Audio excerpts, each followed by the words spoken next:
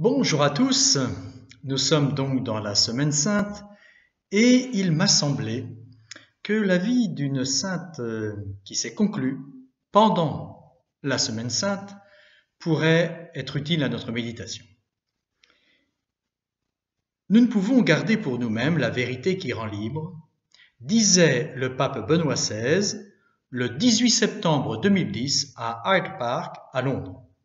Celle-ci exige le témoignage, elle demande à être entendue et finalement, sa force de conviction vient d'elle-même et non pas de l'éloquence humaine ni des arguments avec lesquels elle peut être formulée. Non loin d'ici, poursuivait encore le pape donc, à Tyburn, un grand nombre de nos frères et sœurs sont morts pour leur foi. À notre époque, le prix à payer pour la fidélité à l'Évangile n'est plus la condamnation à mort par pendaison ou par écartèlement, mais cela entraîne souvent d'être exclu, ridiculisé ou caricaturé. Et cependant, l'Église ne peut renoncer à sa tâche, proclamer le Christ et son Évangile comme vérité salvifique, source de notre bonheur individuel ultime et fondement d'une société juste et humaine. Ces paroles du Saint-Père font allusion aux nombreux martyrs anglais qui, à l'époque de la Réforme protestante, ont rendu témoignage à la vérité par leur vie et par leur mort. Sainte Marguerite Clitheroe est l'un de ces témoins. Née vers 1555 de parents protestants, Marguerite est la dernière de 4 enfants, 2 garçons et 2 filles. Son père, Thomas Middleton, citoyen de la ville d'York et fabricant de chandelles, est membre du conseil municipal d'York et l'un des 2 shérifs ou magistrats de la ville. Marguerite est toute jeune enfant au moment de l'avènement de la reine Élisabeth Ier, fille d'Henri VIII. Ce roi, d'abord très dévoué à la religion catholique, avait fini par rejeter l'autorité du Saint-Père après que celui-ci avait refusé de déclarer la nullité de son mariage avec Catherine d'Aragon et de l'autoriser à épouser Anne Boleyn, demoiselle d'honneur de la reine. En 1534, donc environ 20 ans avant la naissance de Marguerite, Henri VIII fit voter par le Parlement l'acte de suprématie qui le proclamait lui-même chef suprême de l'Église d'Angleterre. Malgré cet acte schismatique, donc de séparation d'avec Rome, qui séparait le peuple anglais du siège de Pierre, le roi prétendait garder la totalité du dogme catholique. Mais peu à peu, ce schisme, ou cette séparation donc, a fait glisser l'Angleterre dans l'hérésie, c'est-à-dire dans l'erreur touchant la foi. En 1563, donc alors que notre Marguerite a 8 ans, la reine Élisabeth publie un acte d'uniformité où est exposée la doctrine de l'Église anglicane dont elle est le chef en tant que reine. Cet acte s'inspire des doctrines de Luther et de Calvin. Ne subsiste plus que 2 sacrements, le baptême et la scène. La messe est considérée comme une fable impie. En 1570, à la suite de son excommunication par le pape Saint Pie V, la reine édicte une série de lois contre les catholiques. Il est désormais défendu de célébrer la messe catholique ou même d'y assister. Devenue veuve, en 1567, la maman de Marguerite décide de se remarier.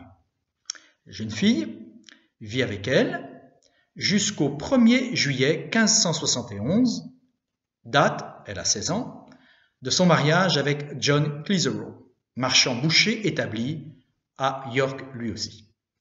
Son époux est un fervent protestant, estimé de ses concitoyens qui le choisiront à plusieurs reprises pour remplir des charges honorables dans la ville.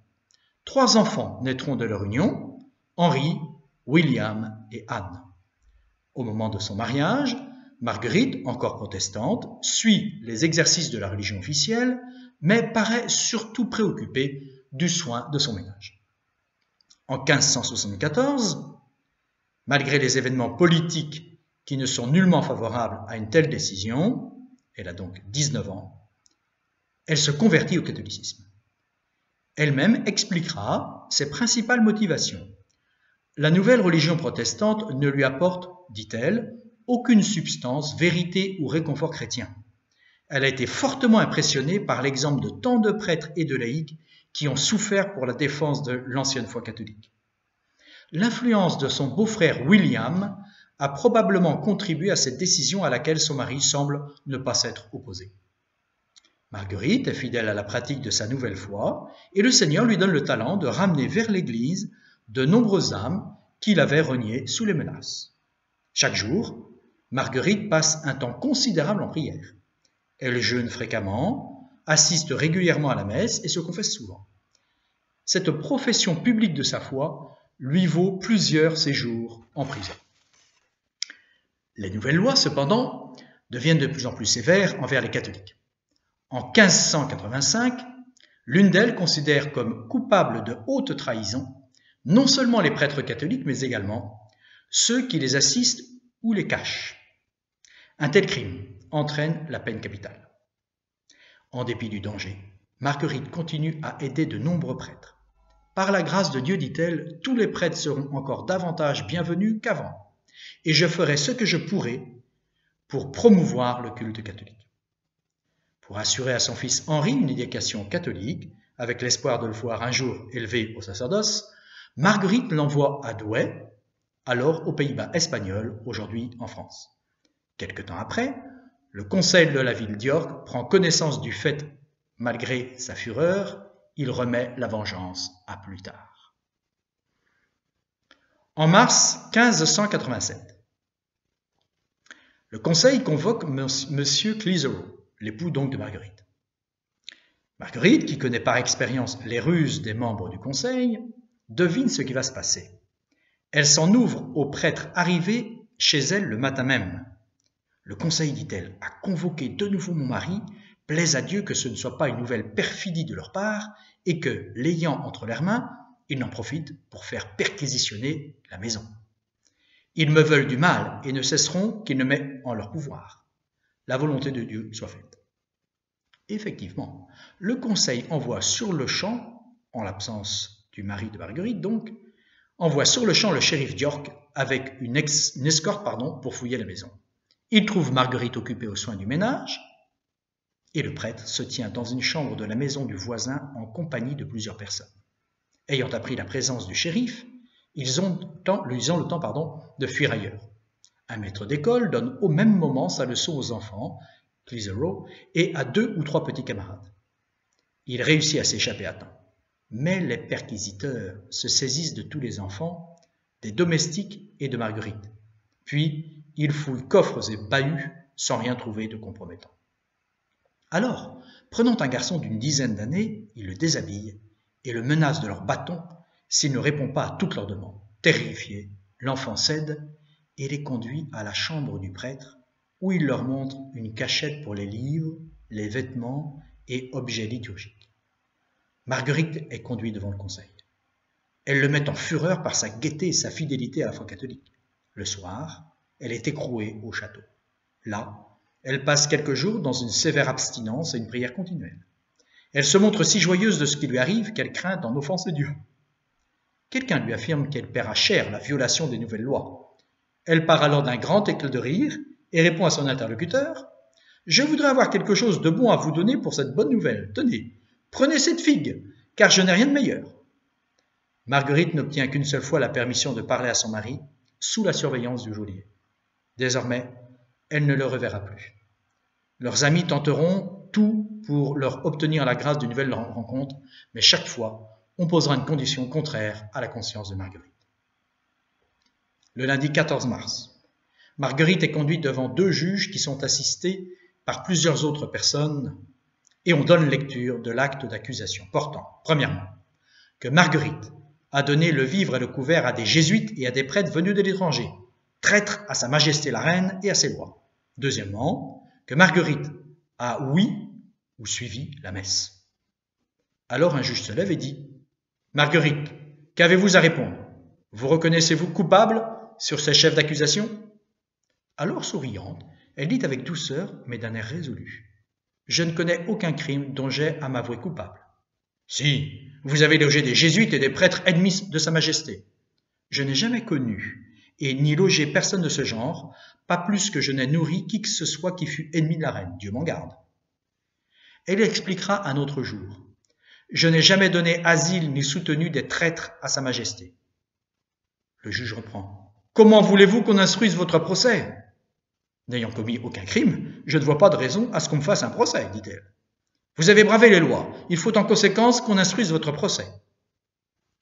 L'un des juges se lève et lui demande. En qui croyez-vous? Je crois en Dieu. En quel Dieu? Je crois en Dieu le Père, en Dieu le Fils et en Dieu le Saint-Esprit. En ces trois personnes et en un seul Dieu, je crois pleinement, et aussi que c'est par la passion, la mort et les mérites du Christ Jésus qu'il faut que je sois sauvé.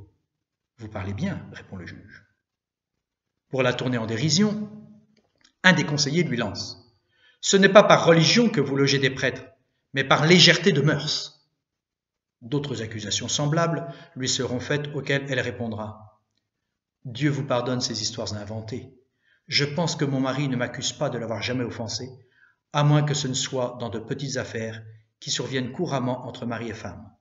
En ce qui concerne mon mari, sachez que je l'aime le premier au monde après Dieu et que j'ai soin de mes enfants comme il en revient à une mère. Je crois avoir fait mon devoir envers eux en les élevant dans la crainte de Dieu. Je suis prêtre à les offrir librement à Dieu qui me les a donnés, plutôt que de céder un iota sur ma foi. Je confesse que la mort est terrible et que la chair est faible, et cependant je veux, avec l'assistance de Dieu, répandre mon sang aussi volontiers que je donnais mon lait à mes enfants, et je ne souhaite pas voir retarder ma mort. Ces belles paroles font écho à celles du Seigneur Jésus, qui aime son père ou sa mère plus que moi, n'est pas digne de moi, qui aime son fils ou sa fille plus que moi, n'est pas digne de moi. Qui ne prend pas sa croix et ne me suit pas, n'est pas digne de moi. Qui veut garder sa vie pour soi, la perdra, et qui perdra sa vie à cause de moi, la sauvera. À demain, si vous voulez bien, pour la suite de cette très belle histoire.